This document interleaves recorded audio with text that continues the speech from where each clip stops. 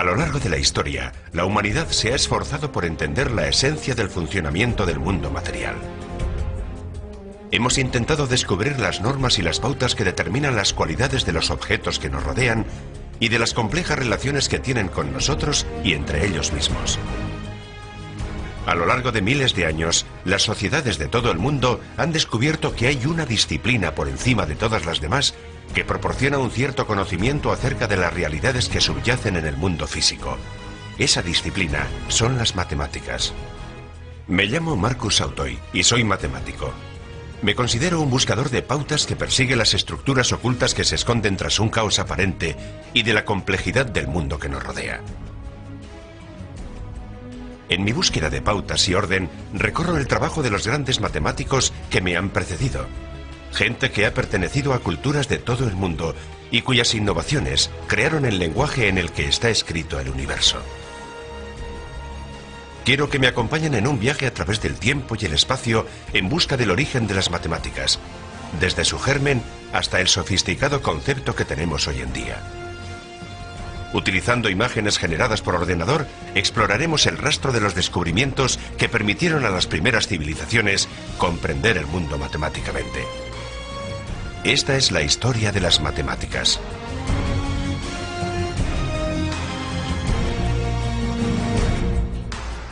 La historia de las matemáticas.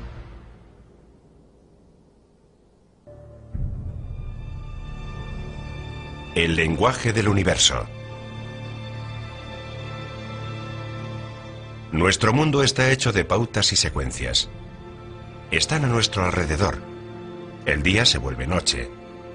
Los animales recorren el mundo en cada cambio de estación. Los paisajes están constantemente cambiando. Una de las razones por las que surgieron las matemáticas fue debido a la necesidad de encontrar el sentido a esos patrones naturales. Los conceptos más básicos de las matemáticas, espacio y cantidad, están predeterminados en nuestro cerebro. Incluso los animales tienen una percepción de la distancia y el número.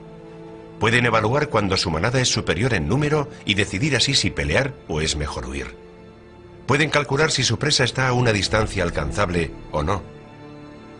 Comprender las matemáticas es la diferencia entre vivir o morir. Pero fue el hombre el que aunó esos conceptos básicos y empezó a construir algo nuevo con esos fundamentos. En algún momento los humanos empezaron a identificar esas pautas y a hacer conexiones. Empezaron a contar y a ordenar el mundo que les rodeaba. Y con ello, un nuevo universo matemático empezó a emerger.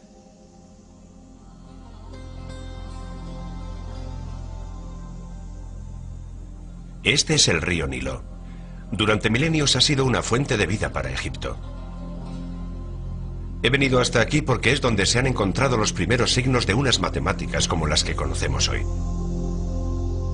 La gente abandonó la vida nómada y empezó a asentarse por aquí, en el 6000 a.C. Se daban las condiciones perfectas para cultivar. El acontecimiento más importante para la agricultura egipcia era el desbordamiento anual del Nilo. Eso se utilizaba como indicador para comenzar el año nuevo. Los egipcios registraron que eso sucedía cada cierto tiempo.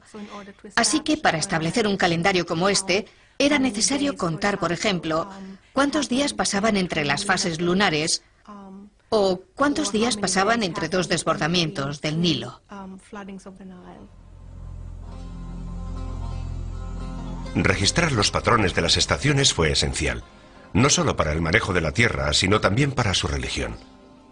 Los antiguos egipcios que se asentaron a las orillas del Nilo creían que era el dios del río, Hapi, el que desbordaba el río cada año, y en agradecimiento a esa agua tan vital, los ciudadanos le ofrecían una parte de su cosecha. A medida que iban creciendo los asentamientos, era necesario encontrar una forma de administrarlos. Era necesario medir las áreas de terreno. Era necesario predecir las cosechas, cargar los impuestos y recopilarlos. En breve, iba a ser necesario contar y medir. Los egipcios usaban su cuerpo para medir el mundo, y así fue como evolucionaron sus sistemas de medida. Un palmo era el ancho de la mano. Un cúbito, el largo de un brazo desde el codo a la punta de los dedos. Los aparejadores del faraón utilizaban el cúbito de terreno, que era un segmento de terreno que medía un cúbito multiplicado por 100, para medir las áreas.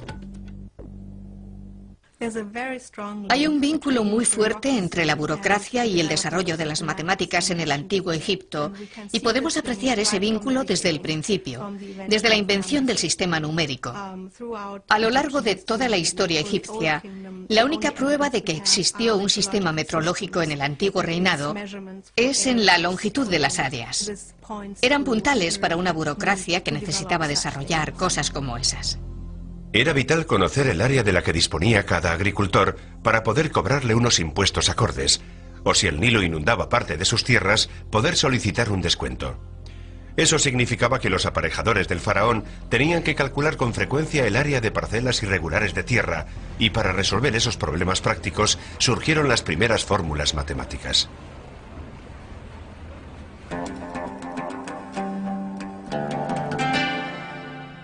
Los egipcios necesitaban registrar de alguna manera el resultado de sus cálculos.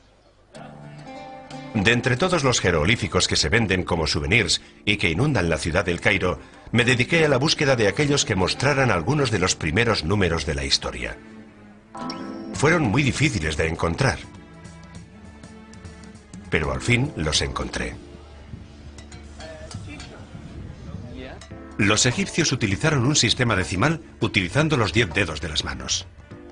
El símbolo para el 1 era un trazo, el 10 una herradura invertida, el 100 una cuerda enrollada y 1000 una planta de lotus.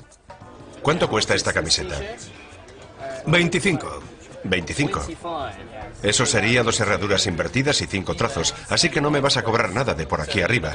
Sí, aquí 1 millón. ¿1 millón? Dios mío. No. ¿Esto es 1 millón? 1 millón, sí, es mucho. Los jeroglíficos son preciosos, pero el sistema numérico egipcio era fundamentalmente defectuoso. No tenían ningún valor de lugar. Una marca solo podía ser una sola unidad, nunca 10 o 100 como hacemos nosotros. Aunque se puede escribir 1 millón solo utilizando un símbolo, no 7 como hacemos nosotros. Si querías escribir 1 millón menos 1, entonces el pobre egipcio tenía que escribir 9 trazos, 9 herraduras invertidas, 9 cuerdas enrolladas. En total 54 caracteres. Pero a pesar de los inconvenientes de este sistema numérico, los egipcios eran brillantes resolviendo problemas. Hemos conocido esto gracias a los escasos registros que han permanecido. Los escribanos egipcios utilizaban hojas de papiro para escribir sus descubrimientos matemáticos. Este delicado material, hecho de juncos, se pudre con el tiempo y muchos secretos han perecido con ellos. Pero hay un documento muy revelador que ha permanecido. El papiro Rind es el documento más importante que tenemos hoy en día y que desvela las matemáticas egipcias. Nos ofrece una buena visión sobre a qué tipo de problemas matemáticos debían enfrentarse los egipcios. Además, nos muestra explícitamente cómo se resolvía la multiplicación y la división. El papiro nos muestra cómo multiplicar 2 números grandes. Pero para ilustrar el método vamos a recurrir a 2 números pequeños. Vamos a multiplicar 6 por 3. El escriba cogía un número 3 y lo ponía en una columna. En la segunda columna se colocaba el número 1. Después se doblaban los números en cada columna, por lo que 3 se convertiría en 6. Y 6 se convertía en 12. Y después en la segunda columna el 1 se convertiría en 2 y el 2 en 4. Y ahora viene la parte más interesante. El escribano quiere multiplicar 3 por 6. Así que pone los múltiplos de 2 en la segunda columna, que suman 6. Y eso es 2 más 4. Vuelve a la segunda columna y solo coge las filas que corresponden al 2 y al 4. Y ese es el 6 y el 12. Lo suma y eso da 18. Pero lo más asombroso de este método es que el escribano ha escrito correctamente ese número en binario. El 6 está compuesto de 4, de 2 y ninguna unidad, lo cual es 1, 1, 0. Los egipcios entendieron la importancia de los números binarios unos 3000 años antes de que los matemáticos alemanes y el filósofo Leibniz desvelaran su potencial. Hoy en día todo el mundo tecnológico se basa en principios similares a los que se utilizaban en el antiguo Egipto. El papiro Rein fue realizado por un escribano llamado Ahmes alrededor del 1650 a.C., y los problemas estaban relacionados con encontrar soluciones a situaciones de la vida cotidiana. Varios de los problemas mencionaban el pan y la cerveza, lo cual no es sorprendente, ya que a los trabajadores egipcios se les pagaba con comida y bebida. Uno en concreto trataba de cómo dividir equitativamente 9 hogazas de pan entre 10 personas sin que se provocara una pelea. Aquí tengo 9 hogazas de pan. Voy a coger 5 de ellas y las voy a partir por la mitad. Por supuesto, 9 de las personas podrían cortar un pedacito de su hogaza y dar los mendrugos a la 10ª persona. Pero los egipcios desarrollaron una solución más elegante. Se cogen los otros 4 y se dividen en tercios. Pero voy a partir 2 de los tercios en quintos, así que cada parte será una 15ª parte. De esa forma, cada persona obtendrá una mitad, un tercio y una 15ª parte de hogaza. A través de estos problemas aparentemente simples, empezamos a ver el desarrollo de unas matemáticas más abstractas. De pronto aparecen en escena nuevos números, las fracciones. Y no pasó mucho tiempo hasta que los egipcios empezaran a explorar las matemáticas de estos números. Evidentemente, las fracciones tienen una gran importancia práctica para cualquiera que tenga que dividir cantidades para comerciar en un mercado. Para anotar estas transacciones, los egipcios desarrollaron unos nuevos signos para simbolizar esos nuevos números. Una de las primeras representaciones de esas fracciones nos ha llegado por un jeroglífico que tenía una gran significancia mística. Se llama el ojo de Horus. Horus fue un antiguo dios del reino, representado como mitad hombre, mitad halcón. Según la leyenda, el padre de Horus fue asesinado por su otro hijo, Set, y Horus estaba intentando vengar su muerte. Durante una de las feroces batallas con su hermano, Set le arrancó el ojo a Horus, lo rompió en pedazos y lo esparció por todo Egipto. Pero los dioses le sonreían a Horus y recogieron los trozos y volvieron a unir el ojo. Cada parte del ojo representa una fracción diferente, y cada fracción la mitad de la anterior. El ojo simboliza la unidad, pero en realidad es 1 partido por 64. Aunque los egipcios se detuvieron en 1 partido por 64, en esta imagen está implícita la posibilidad de añadir más fracciones, partiéndolas cada vez, y la suma se va acercando cada vez más al 1, pero nunca llega del todo.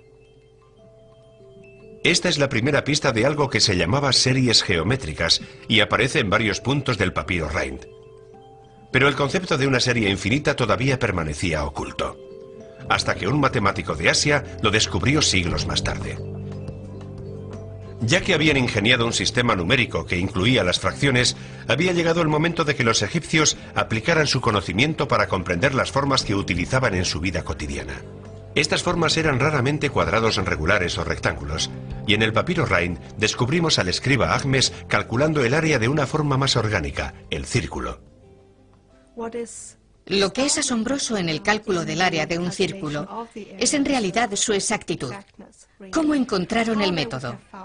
Solo son especulaciones, porque los textos que tenemos no nos muestran cómo descubrieron los métodos.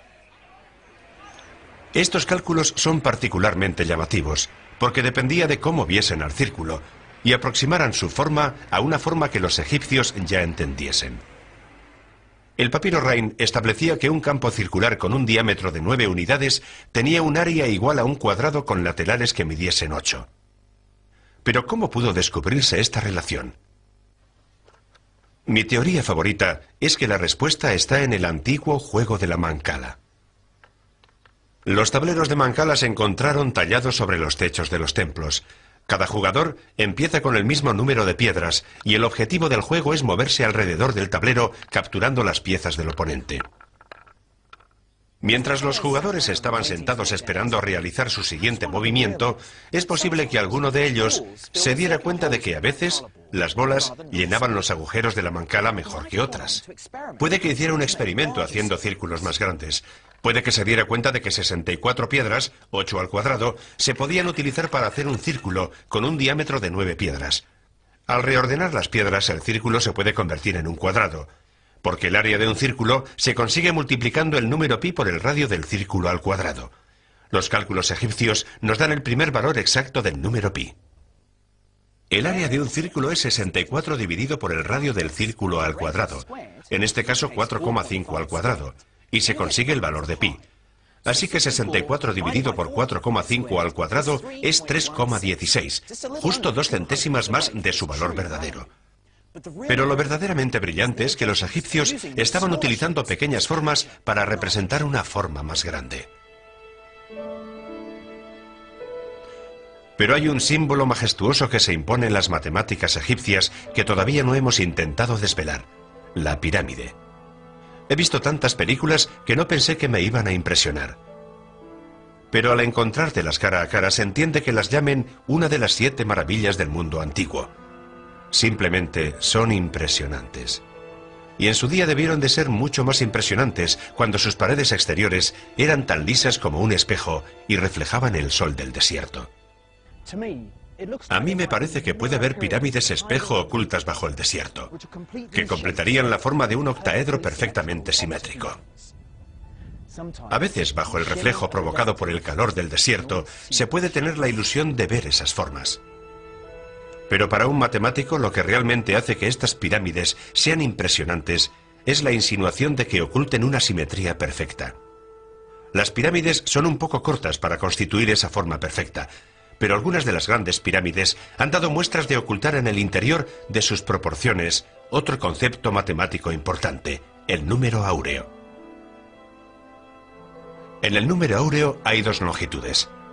La longitud total es al segmento más largo, lo que el segmento más largo es al más corto. Esta proporción se ha asociado con la perfección y se puede encontrar en la naturaleza, y también ha sido utilizada durante milenios en la obra de artistas, arquitectos y diseñadores. Puede que los arquitectos de las pirámides fueran conscientes de la importancia de este concepto matemático, o puede que se sintieran atraídos a él instintivamente debido a sus satisfactorias propiedades estéticas. Nunca lo sabremos. Para mí lo más importante de las pirámides es la brillantez matemática que fue necesaria para construirla, lo que incluye uno de los primeros teoremas de la antigüedad, el teorema de Pitágoras. Para poder conseguir esquinas perfectamente anguladas en las casas y las pirámides, los constructores egipcios utilizaban una cuerda con nudos. En algún momento los egipcios se dieron cuenta de que si cogían un triángulo y marcaban sus lados con 3, 4 o 5 nudos, les garantizaba un ángulo perfecto de 90 grados. Eso es porque el nudo 3 al cuadrado más el nudo 4 al cuadrado es igual al nudo 5 al cuadrado, lo que nos da un triángulo pitagórico perfecto. Cualquier triángulo que cumpla este requisito será un triángulo de 90 grados. Pero estoy bastante seguro de que los egipcios no tenían ninguna prueba para su triángulo de 3, 4 y 5 nudos. No podemos esperar encontrar una prueba concreta, porque ese no era el estilo de las matemáticas egipcias. Cada problema se resolvía utilizando unos números concretos y después, cuando se verificaba, era al final, utilizando el resultado y esos números concretos. En los textos matemáticos egipcios no existe una prueba que lo demuestre.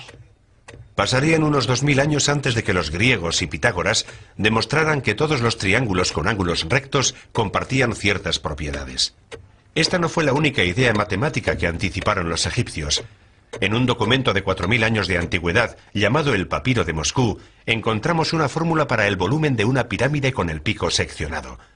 Estos fueron los primeros cálculos aplicados a una obra concreta. En una cultura como la egipcia, una cultura que ha sido famosa por sus pirámides, se puede esperar que surgieran problemas como este de manera regular y que aparecieran en sus textos matemáticos. Los cálculos de volumen de una pirámide rota es uno de los cálculos más avanzados según nuestro concepto de matemáticas que tenemos del antiguo Egipto. Los arquitectos y los ingenieros hubiesen querido tener esta fórmula para poder calcular la cantidad de materiales necesarios para reconstruirla. Pero una muestra de la sofisticación de las matemáticas egipcias fue que fueran capaces de producir un método tan hermoso. Para comprender cómo derivaron la fórmula, empezaremos con una pirámide cuyo punto más alto esté sobre una de sus esquinas. 3 pirámides iguales se pueden unir y formar un cuadrado. Por lo tanto, el volumen de esta inmensa pirámide será 1/3 del volumen del cuadrado. Y eso es la altura por el largo de la base y por el ancho de la base, dividido por 3. Ahora viene el argumento que demuestra por primera vez los cálculos que utilizaron para trabajar miles de años antes de que Newton y Leibniz publicaran la teoría. Suponga que puede cortar la pirámide en secciones. Después se podrían deslizar las secciones para hacer la pirámide más simétrica, como las de Guizá.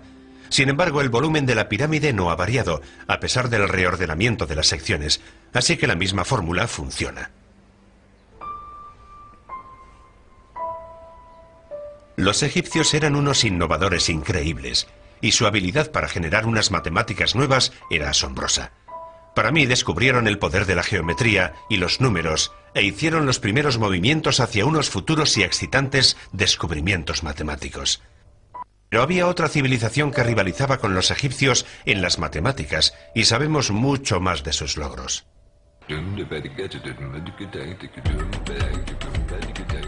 Esto es Damasco, una ciudad con más de 5000 años de antigüedad, y hoy en día sigue siendo una ciudad vibrante y bulliciosa. Fue uno de los puntos más importantes en las rutas de comercio, ya que unía Mesopotamia con Egipto. Desde el 1800 a.C., los babilonios controlaron gran parte de lo que hoy en día es Irak, Irán y Siria. Para poder expandirse y dirigir su imperio, se convirtieron en maestros en controlar y manipular los números. Disponemos de códigos de leyes que nos muestran la forma en que estaba ordenada la sociedad. De los que más sabemos es de los escribas, que llevaban las cuentas de las familias ricas, los templos y los palacios. Las escuelas de escribas existían desde el año 2500 a.C. Los aspirantes a escribas eran enviados allí desde niños y aprendían a leer, a escribir y a trabajar con números. Los registros de los escribas se escribían en tablillas de arcilla que permitían a los babilonios dirigir y hacer avanzar a su imperio. Sin embargo, muchas de las tablillas que tenemos hoy en día no son documentos oficiales, sino ejercicios de los niños. Son estas extrañas reliquias las que nos proporcionan una visión de cómo los babilonios se entendían con las matemáticas. Este es un libro de texto sobre geometría del siglo XVIII a.C. y espero que puedan apreciar que hay muchas imágenes en él y que debajo de cada dibujo hay un texto que plantea un problema sobre ese dibujo. Por ejemplo, en este dice: dibujo un cuadrado de 60 unidades de largo y dentro dibujo 4 círculos. ¿Cuáles son sus áreas? Y esta pequeña tabla de aquí está escrita al menos 1000 años más tarde que esa otra. Pero tiene una relación muy interesante, ya que también tiene 4 círculos en un cuadrado. Pero no es un libro de texto, sino un ejercicio de la escuela. Así que el escriba adulto, que estaba enseñando a sus estudiantes, había utilizado ese ejercicio como ejemplo, como deberes o algo parecido. Como los egipcios, los babilonios parecían interesados en resolver problemas prácticos que tenían que ver con las medidas y el peso. Las soluciones de los babilonios a estos problemas están escritas como si fueran recetas matemáticas. Un escriba simplemente seguía y registraba una serie de instrucciones para conseguir un resultado. Aquí hay un ejemplo de ese tipo de problema. Tengo un ramillete de ramitas de canela, pero no voy a pesarlas. En lugar de eso voy a coger 4 veces su peso y añadirlo a la escala. Ahora voy a añadirle 20 jin. El jin era la antigua medida babilonia para el peso. Voy a coger la mitad de todo y sumárselo otra vez. Así que tengo 2 ramilletes y 10 jin. Bien, ahora todo lo que hay en este lado es lo mismo a un mana. Un mana eran 60 jin. Y aquí tenemos una de las primeras ecuaciones matemáticas de la historia. Todo lo que hay en este lado es igual a un mana, pero ¿cuánto pesa el manojo de ramas de canela? Sin tener un lenguaje algebraico, eran capaces de manipular las cantidades para poder probar que el ramillete de canela pesaba 5 jin. Para mi gusto, la fama de las matemáticas puede ser debido a este tipo de problemas. Podemos culpar a los antiguos babilonios por esos enrevesados planteamientos que te planteaban en el colegio, pero los antiguos escribas babilonios se lucían con este tipo de problemas. Misteriosamente no utilizaban potencias de 10 como hacían los egipcios, sino que utilizaban potencias de 60. Los babilonios inventaron su sistema numérico, como hicieron los egipcios, utilizando sus dedos, pero en lugar de contar con los 10 dedos de la mano, los babilonios encontraron una forma más interesante de contar partes de su cuerpo. Utilizaban los 12 nudillos de una mano y los 5 dedos de la otra mano para poder contar 12 veces 5, es decir, 60 números diferentes. Por ejemplo, este número hubiera sido 2 tantas de 12, 24, y después 5 más hasta completar 29. Pero el número 60 tenía otra poderosa propiedad, y era que podía ser perfectamente dividido en multitud de formas. Aquí hay 60 habichuelas. Las puedo agrupar en 2 filas de 30, 3 filas de 20, 4 filas de 15, 5 filas de 12 o 6 filas de 10. La divisibilidad del número 60 hace que sea una base perfecta para la aritmética. El sistema basado en el número 60 tuvo tanto éxito que todavía hoy en día utilizamos varios de sus elementos. Cada vez que queremos decir la hora reconocemos las unidades del 60. 60 segundos en un minuto, 60 minutos en una hora, pero la característica más importante del sistema numérico babilonio es que reconocía el valor del lugar. Como nuestro sistema decimal cuenta cuántas decenas, centenas o millares estás registrando, la posición de cada número babilonio registra 60 posiciones.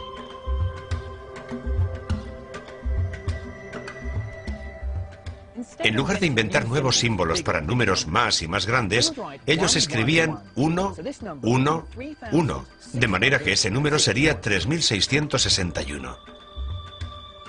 El catalizador para este descubrimiento fue el deseo que tenían los babilonios de trazar el mapa de las estrellas. El calendario babilonio se basaba en los ciclos de la luna y necesitaban encontrar una forma de registrar números astronómicamente grandes. Mes a mes, año a año, estos ciclos se han registrado desde el año 800 a.C., donde había un listado completo de eclipses lunares. El sistema babilónico de medidas era para su época muy sofisticado. Tenían un sistema para medir el ángulo, los 360 grados de un círculo completo. Cada grado se dividió en 60 minutos y después se dividieron estos en 60 segundos.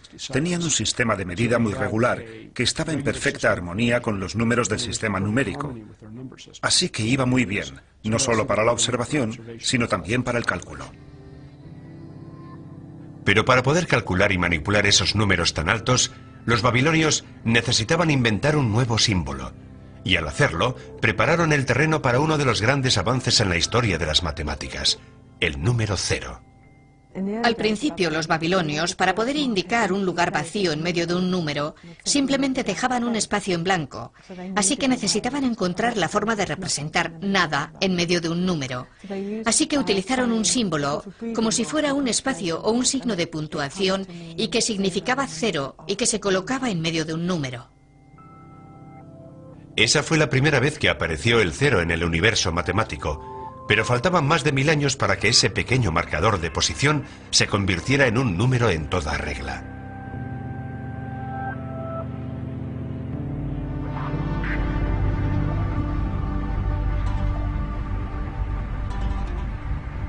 El haber establecido un sistema de números tan sofisticado les ayudó a domesticar la árida e inhóspita tierra que abarcaba Mesopotamia. Los ingenieros babilonios y los aparejadores encontraron ingeniosas formas de acceder al agua y de canalizarla hacia los campos de cultivo. Una vez más, utilizaron las matemáticas para encontrar las soluciones. El valle de Orontes en Siria sigue siendo un centro neurálgico de la agricultura y los antiguos métodos de irrigación se siguen explotando hoy en día como hace miles de años. Muchos de los problemas de las matemáticas de los babilonios se centran en medir la Tierra, y es aquí donde encontramos las primeras ecuaciones al cuadrado, uno de los grandes legados de las matemáticas de Babilonia. Las ecuaciones al cuadrado implican que la cantidad desconocida que intentas descifrar se multiplica por sí misma. Lo llamamos al cuadrado porque da el área de un cuadrado, y es en el contexto de calcular el área de un cuadrado donde emergen esas ecuaciones al cuadrado. Este es un problema típico. Si un campo tiene un área de 55 unidades y uno de sus lados es 6 unidades más largo que el otro, ¿cuánto mide el lado más corto? La solución de los babilonios era reconfigurar el campo como si fuera un cuadrado. Cortaban 3 unidades de uno de los lados. Movemos esto aquí, y ahora tenemos una pieza de 3 por 3 que falta. Así que le añadimos esto. El área del campo se ha aumentado en 9 unidades, lo que hace que el nuevo área sea de 64, por lo que los lados de este cuadrado miden 8 unidades. El que soluciona el problema sabe que han añadido 3 unidades a este lado, así que el largo original debe ser de 5. Puede que no lo parezca, pero esta es una de las primeras ecuaciones al cuadrado de la historia. En las matemáticas modernas, yo utilizaría el lenguaje de símbolos del álgebra para solucionar este problema. Pero la gran hazaña de los babilonios es que utilizaban esos juegos geométricos para encontrar el valor sin recurrir a ningún símbolo o fórmula. Los babilonios disfrutaban resolviendo los problemas por su propio bien. Se estaban enamorando de las matemáticas.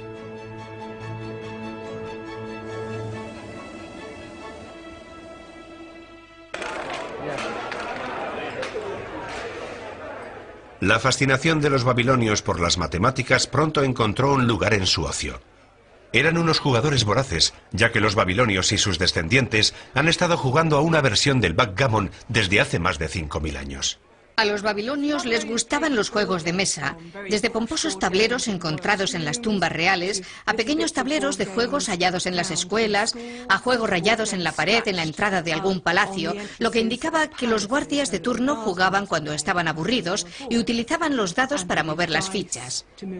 Las personas que jugaban a esos juegos usaban los números en sus ratos de ocio para intentar derrotar a su oponente con una aritmética mental muy rápida, así que en sus ratos de ocio estaban calculando sin pensar que estaban realizando un trabajo matemático muy intenso.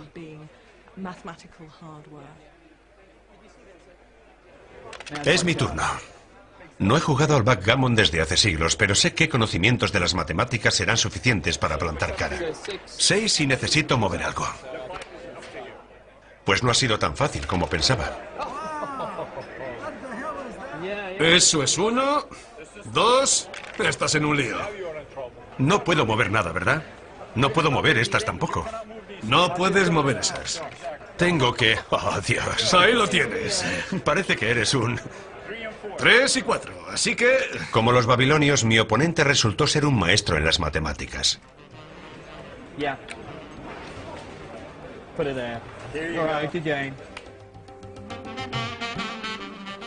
Los babilonios son reconocidos por ser una de las primeras culturas en utilizar formas simétricas para hacer dados. Pero existe un debate muy apasionado sobre si también fueron los primeros en descubrir el secreto de otra forma muy importante, el triángulo rectángulo. Ya hemos visto cómo los egipcios utilizaban 3, 4, 5 triángulos rectángulos, pero lo que los babilonios sabían de esta forma y de otras parecidas es mucho más sofisticado. Esta es la tablilla más famosa y controvertida que tenemos. Se llama Plimpton 322. Muchos matemáticos están convencidos de que demuestra que los babilonios podían conocer el principio de los triángulos rectángulos, que su diagonal al cuadrado es la suma de sus lados al cuadrado, y que lo conocían siglos antes de que los griegos lo proclamaran. Esta es una copia de la que es sin duda la tablilla babilónica más famosa, que es la Plimpton 322. Y estos números de aquí reflejan la base y la altura de un triángulo. Esta es la diagonal, y el otro lado estaría por aquí. Y su cuadrado en esta columna, más el cuadrado del otro en esta columna, que es igual a la diagonal al cuadrado. Están ordenados en ángulos decrecientes, de un modo muy uniforme, mostrando que alguien tenía mucho conocimiento de cómo encajaban los números.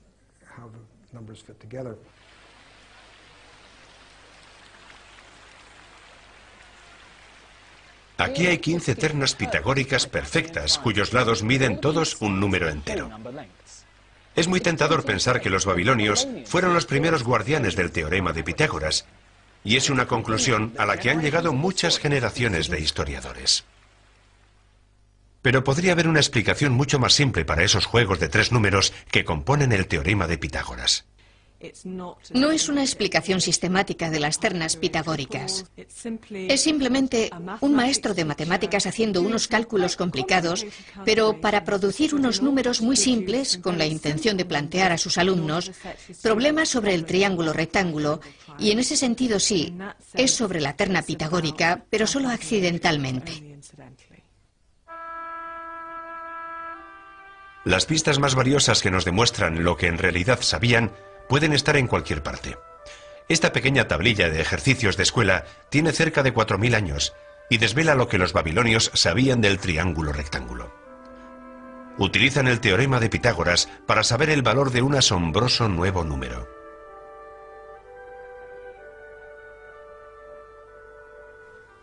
Dibujado al lado de la diagonal, hay una buena aproximación a la raíz cuadrada de 2, y eso nos demuestra que la conocían y era utilizado en los entornos escolares. Bien, esto es importante porque la raíz cuadrada de 2 es lo que ahora llamamos un número irracional, que si lo escribimos en decimales o incluso con hexadecimales, no acabaría nunca. Los números siguen y siguen eternamente tras el punto decimal. Lo que implican estos cálculos es muy ambicioso. En primer lugar, significa que los babilonios sabían algo acerca del teorema de Pitágoras, 1000 años antes que Pitágoras.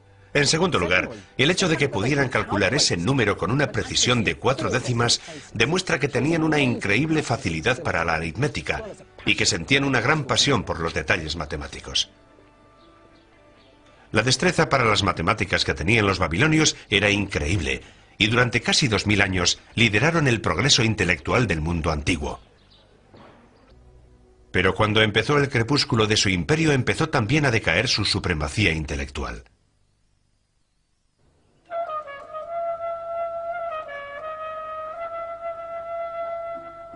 En el año 330 a.C., los griegos extendieron su imperio hasta la antigua Mesopotamia. Esto es Palmera, en Siria central, la que fue una gran ciudad construida por los griegos. Los expertos en matemáticas necesitaban construir estructuras que tuvieran una gran perfección geométrica, lo cual es impresionante. Al igual que los babilonios lo fueron antes, los griegos fueron unos grandes apasionados de las matemáticas. Los griegos fueron unos colonizadores muy inteligentes. Adoptaban lo mejor de las civilizaciones que invadían para mejorar su poder y su influencia, pero enseguida hacían sus propias aportaciones.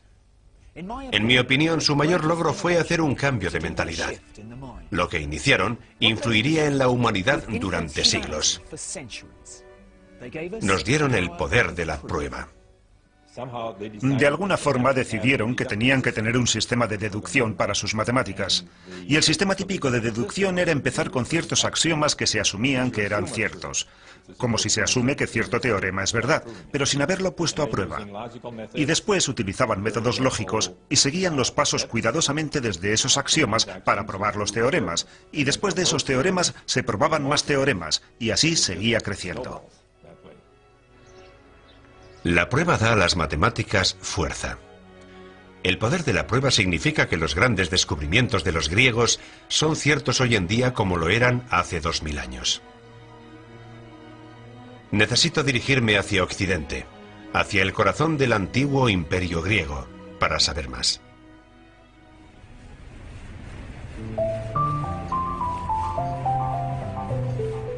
Para mí, las matemáticas griegas siempre han sido algo heroico y romántico.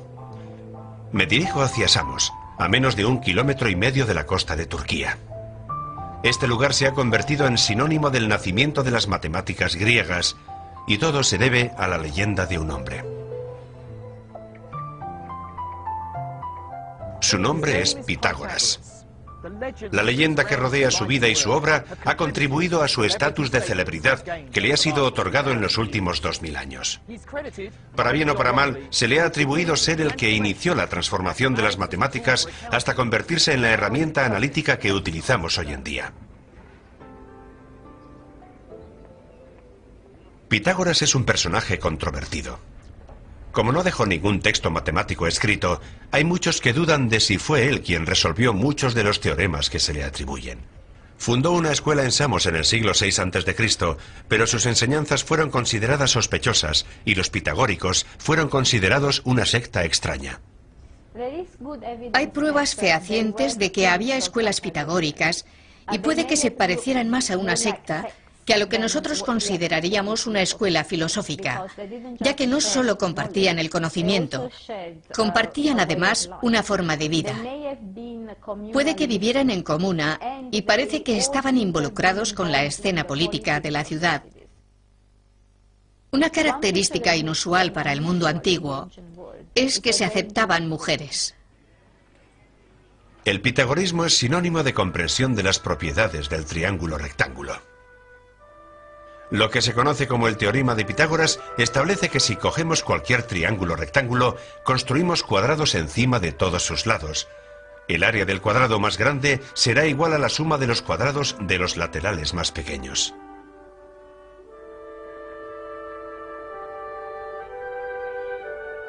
Para mí, en ese momento nacieron las matemáticas y se abre un abismo entre esta y las demás ciencias. Y la prueba es tan evidente como devastadora en sus repercusiones.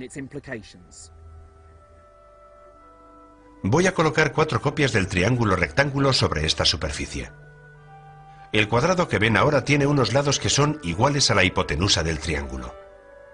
Si giramos estos triángulos, podemos ver cómo separar el área del cuadrado más grande hasta la suma de los 2 cuadrados más pequeños, cuyos lados nos vienen dados por los 2 laterales más cortos del triángulo.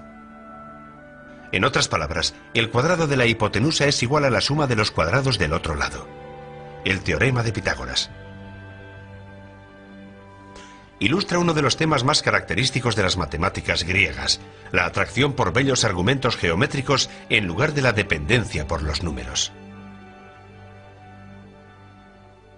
Puede que Pitágoras haya perdido popularidad, y muchos de los descubrimientos que se le acreditaban han sido rebatidos recientemente, pero hay una teoría matemática que detesto tener que arrebatarle, y es una que tiene que ver con la música y el descubrimiento de la serie armónica. La historia cuenta que un día, mientras Pitágoras paseaba frente a un herrero, oyó los golpes que le daba el yunque y se dio cuenta de que las notas que producía sonaban en perfecta armonía. Él creía que debía haber alguna explicación racional al por qué las notas sonaban tan atractivas. La respuesta estaba en las matemáticas.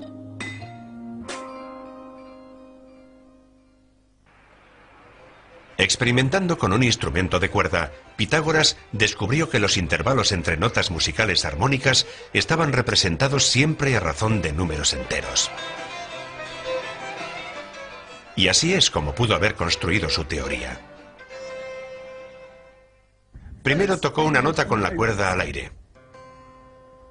Después pulsada hasta la mitad del mástil. La nota casi sonaba igual que la primera nota, de hecho era una octava más alta, pero la relación entre ellas es tan cercana que damos a esas notas el mismo nombre. Ahora a 1/3 de la longitud.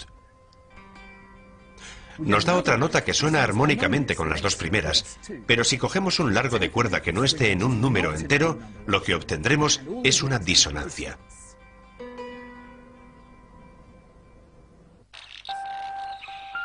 Según la leyenda, Pitágoras estaba tan emocionado ante este descubrimiento que concluyó que todo el universo estaba construido con números. Pero él y sus seguidores estaban a punto de enfrentarse a un inquietante reto que ponía en jaque su visión del mundo y que fue resultado del teorema que lleva el nombre de Pitágoras. Cuenta la leyenda que uno de sus seguidores, un matemático llamado Hipasis, se dispuso a encontrar el largo de la diagonal de un triángulo rectángulo cuyos 2 lados medían una unidad. Según el teorema de Pitágoras, el largo de la diagonal era un número cuyo cuadrado era 2. Los pitagóricos asumieron que la respuesta sería una fracción, pero cuando Hipasis intentó expresarlo a su manera, hiciera lo que hiciera, no consiguió demostrarlo. Acabó por darse cuenta de que su error fue el asumir que el valor sería una fracción, lo cual era erróneo.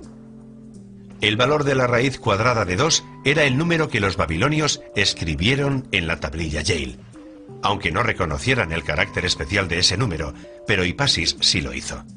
Era un número irracional. El descubrimiento de este nuevo número se puede comparar a un explorador descubriendo un nuevo continente o que un naturalista encuentre una especie nueva. Pero estos números irracionales no encajaban en la visión del mundo pitagórico.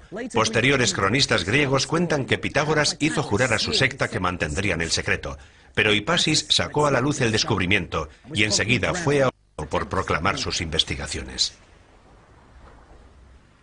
Pero estos descubrimientos matemáticos no podían ocultarse fácilmente. Las escuelas de filosofía y ciencias empezaron a florecer por toda Grecia, basándose en esos fundamentos. La más famosa fue la Academia. Platón fundó esa escuela en Atenas en el año 387 a.C.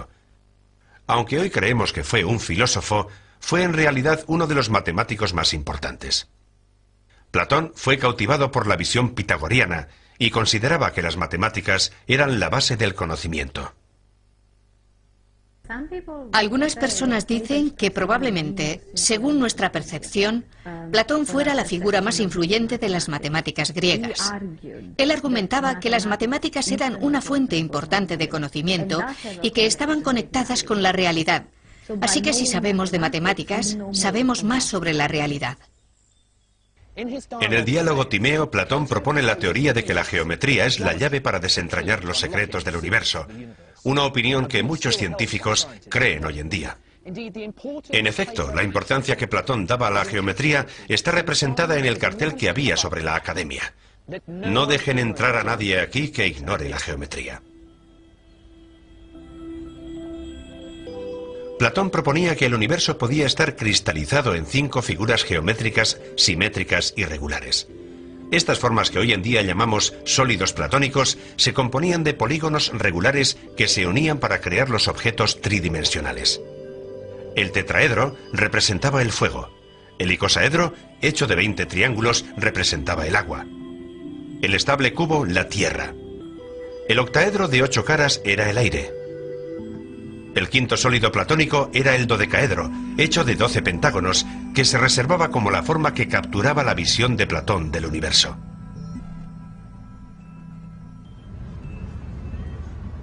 La teoría de Platón tuvo una influencia sísmica y siguió inspirando a matemáticos y astrónomos durante 1500 años. Además de los avances que se llevaron a cabo en la Academia, los triunfos matemáticos también emergían de las fronteras del antiguo imperio griego, que le debían mucho a la herencia de los egipcios y los griegos.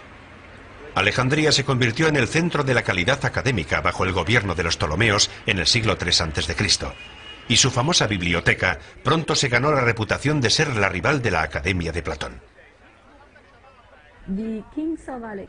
Los reyes de Alejandría estaban dispuestos a invertir en arte, en cultura, en tecnología, en matemáticas y gramática, porque el mecenazgo con fines culturales era una manera de demostrar que eras el mandatario más prestigioso y que acumulabas así más valores para merecer la grandeza. La antigua biblioteca de Alejandría, con su valioso contenido, fue destruida por los musulmanes que conquistaron Egipto en el siglo VII, pero su espíritu pervive en un nuevo edificio. Hoy en día la biblioteca sigue siendo un lugar de descubrimiento y estudio.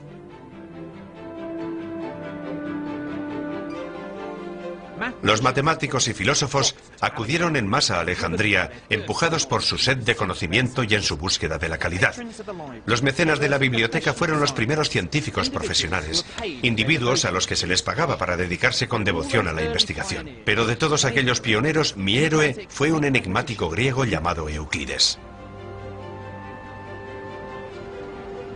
Sabemos muy poco de la vida de Euclides, pero sus grandes logros fueron como cronista matemático. Sobre el año 300 a.C., escribió el libro de texto más importante de todos los tiempos, los elementos. En los elementos podemos encontrar la culminación de la revolución de las matemáticas que había tenido lugar en Grecia. Se basa en una serie de supuestos matemáticos llamados axiomas. Por ejemplo, una línea se puede dibujar entre dos puntos cualquiera. Desde este axioma se pueden hacer deducciones lógicas y de allí establecer teoremas matemáticos. Los elementos contienen fórmulas para calcular el volumen de conos o cilindros, pruebas de series geométricas y números perfectos y primos. El clímax de los elementos es una prueba de que solo hay 5 sólidos platónicos.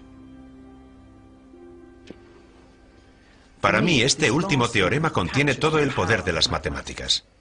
Una cosa es construir 5 sólidos simétricos y otra bien distinta es presentar un argumento lógico y rebatible de por qué no puede haber 6.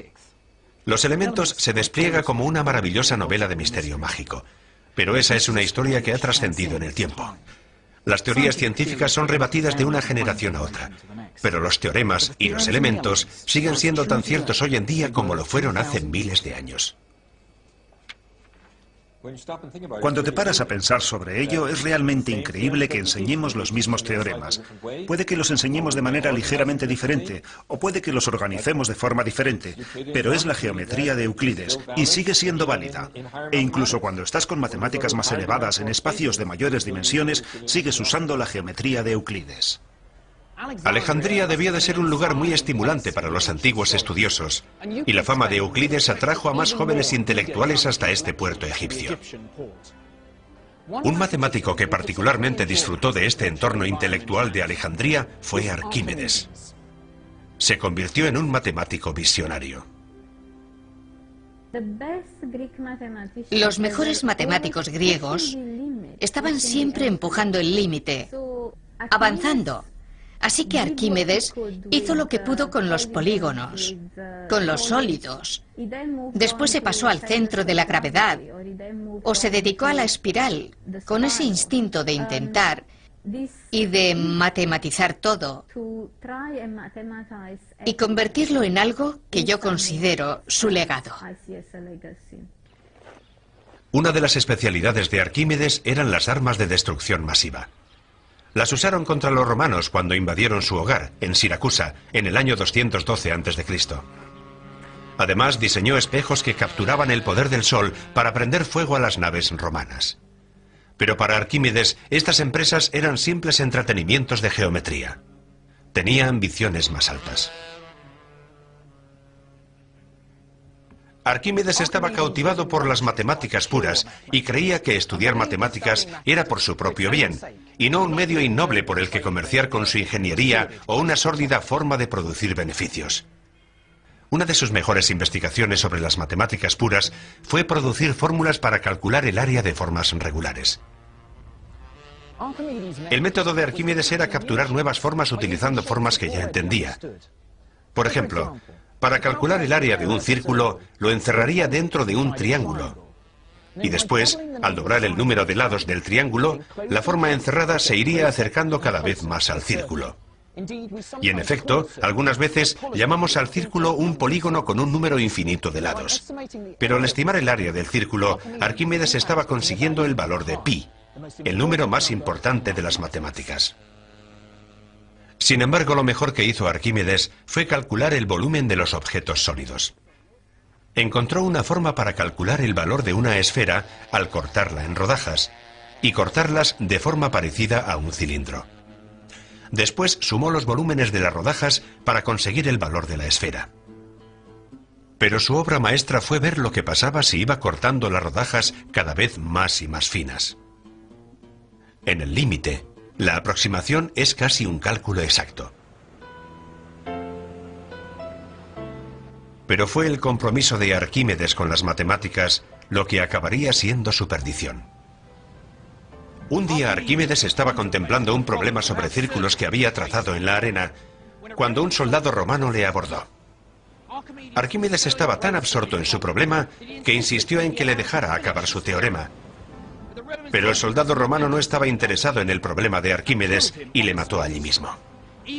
Incluso ante la muerte, la devoción de Arquímedes por las matemáticas no flaqueó.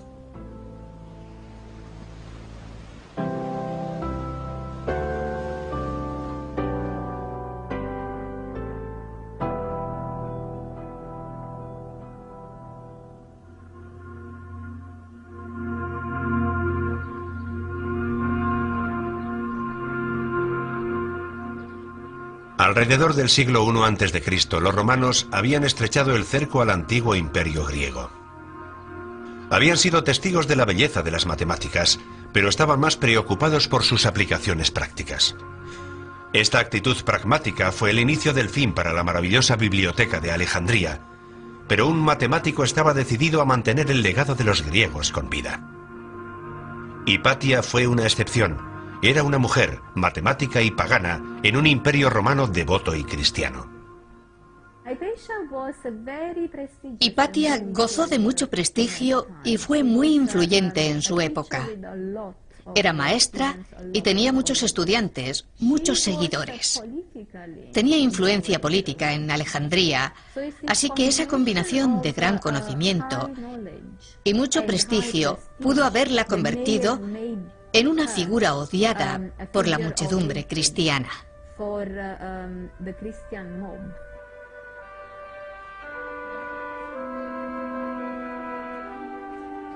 Una mañana durante la Cuaresma, Hipatia fue sacada de su carruaje por una ferviente masa de cristianos y fue conducida a una iglesia. Allí fue torturada y asesinada brutalmente. Las dramáticas circunstancias de su vida y muerte han fascinado a generaciones posteriores. Desgraciadamente, su posición de ídolo ha eclipsado sus logros matemáticos. De hecho, fue una brillante maestra y teorizadora, y su muerte supuso el golpe final a la herencia griega de las matemáticas en Alejandría.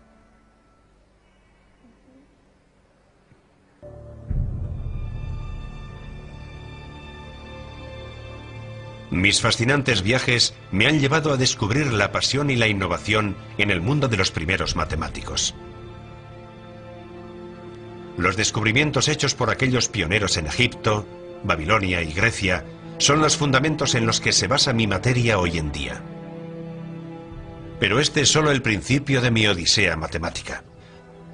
La siguiente parte de mi viaje transcurrirá por Oriente, en las profundidades de Asia, donde los matemáticos escalaron las más grandes alturas en busca de su conocimiento. Con esta nueva era llegó el nuevo lenguaje del álgebra y los números. Pero será mejor que se lo cuente en el próximo capítulo de la historia de las matemáticas.